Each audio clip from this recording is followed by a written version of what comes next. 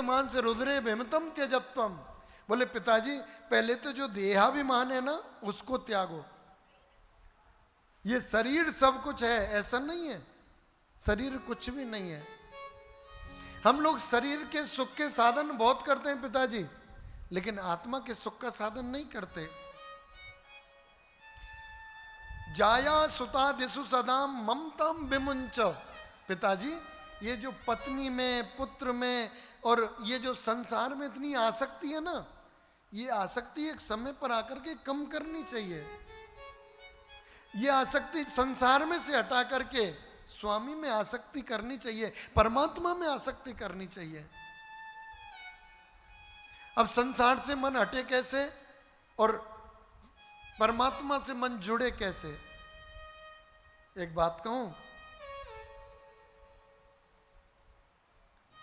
संसार जो है ना, स्वार्थ लाख करें सब प्रीति। एक में पंजाबी कोई शायर ने लिखा है, पंजाबी शायर ने लिखा है,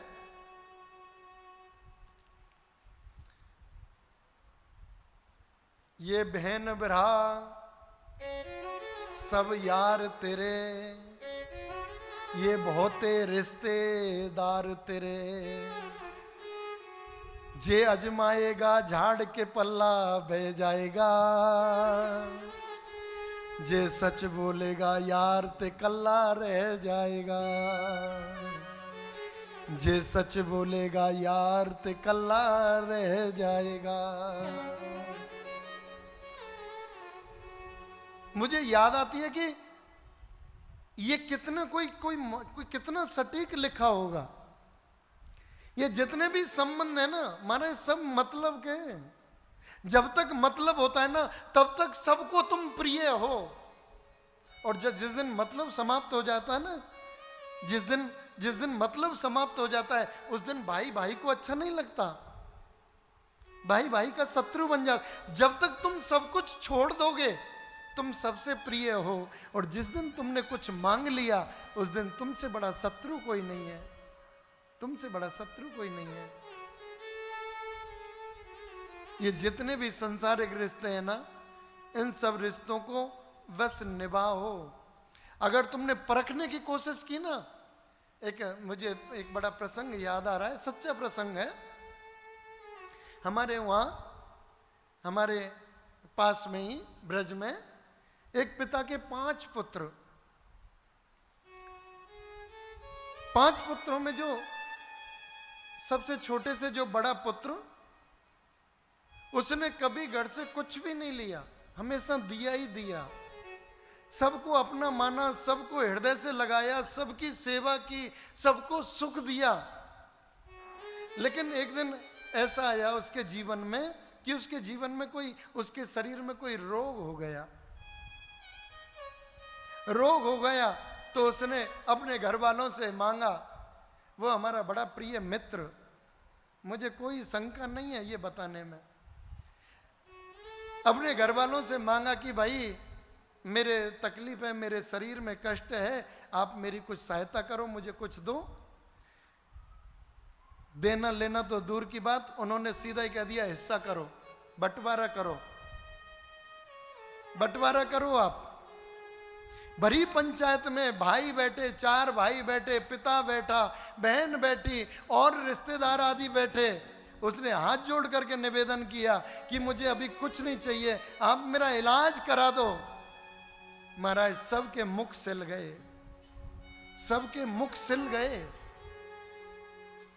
और जो सबसे बड़ा भाई उसने तो सीधा ही कह दिया अब इलाज हो रहे हैं कि बंटवारे हो रहे हैं, हमसे कोई इलाज नहीं होता। अरे उसने इतना तक कहा कि अगर इलाज नहीं कराओगे, अगर मेरे कुछ हो गया तो क्या तुम रोगे नहीं मेरे लिए? कहता नहीं रोते। कितना स्वार्थी समय, कितना स्वार्थी जमाना, सोच करके देखो। सीधा कह दिया नहीं रोते, कोई बात नहीं, मरे तो मर जा, लेकिन जाको राखे साइया मार सके ना कोई।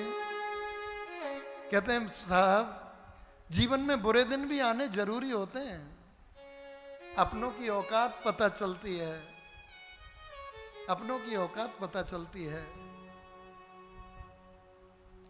इतना रोया वो व्यक्ति, मैंने उसको धीरज दमाया और भगवान की भक्ति के लिए प्रेरित किया। आज ठाकुर जी की ऐसी कृपा, आज वो बिना किसी औषधि के औषधि ली होगी, लेकिन वो व्यक्ति ठाकुर जी की कृपा से, यमुना जी के जलपान से, गंगा जी के जलपान से और बिल्कुल स्वस्थ हो गया, बिल्कुल स्वस्थ हो गया।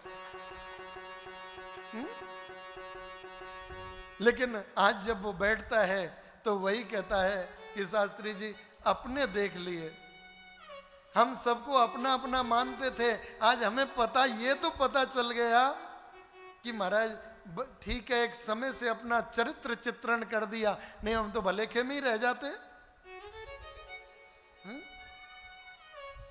तो ये अगर परखोगे ना और सच बोलोगे तो कोई तुम्हारे साथ नहीं होगा, तुम अकेले हो। तुम जब तक त्याग दिखाओगे तब तक तुम्हारे सब हैं, और जिस दिन तुमने अगर कुछ कह दिया तो उस दिन कोई भी नहीं है। अरे वो तो भाई कम से कम जिसने जन्म दिया वो पिता बैठा था और मां समान बहन बैठी थी, कम से कम वो तो इस बात को बोल सकते थे कि कोई बात नहीं, तेरा इलाज हम कराएंगे, तू चिंता मत कर, तुझे कुछ होने नहीं देंगे। अरे तुम्हारे हृदय का टुकड़ा है वो बच्चा, उसको तुम मरने दोगे? और उस परिवार में अनंत संपत्ति है, अनंत संपत्ति। लेकिन एक बात कहूं, जो किसी के अपनों के दुख में काम ना आ सके, ऐसी संपत्ति नरक का द्वार होती है। भाई का खा करके कोई सुखी नहीं रह सकता।